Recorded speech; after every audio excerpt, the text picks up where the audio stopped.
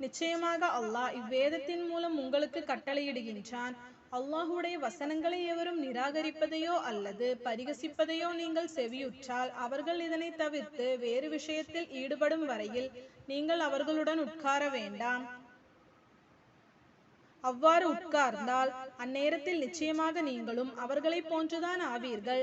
நிச்சயமாக அல்லாஹ் இந்நயவஞ்சகர்களையும் அந்நிராகரிப்பவர்களுடன் நரகத்தில் ஒன்று சேர்த்து விடுவான். நயவஞ்சகர்களாகிய இவர்கள் உங்களை கவனித்த வண்ணம் இருக்கின்றனர். அல்லாஹுவின் உதவியினால் உங்களுக்கு வெற்றி கிடைத்தால் உங்களிடம் வந்து நாங்களும் உங்களுடன் இருக்கவில்லையா என்று கூறுகின்றனர்.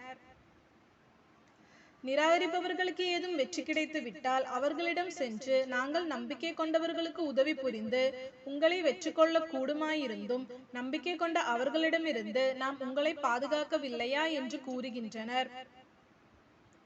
உங்களுக்கும் அந்நயவஞ்சகர்களுக்கும் இடையில் அல்லாஹ் மறுமை நாளில் தீர்ப்பளிப்பான். அந்நிராகரிப்பவர்கள் நம்பிக்கையாளர்களை வெற்றி கொள்ள அல்லாஹ் யாதொரு வழியும் வைக்க மாட்டான்.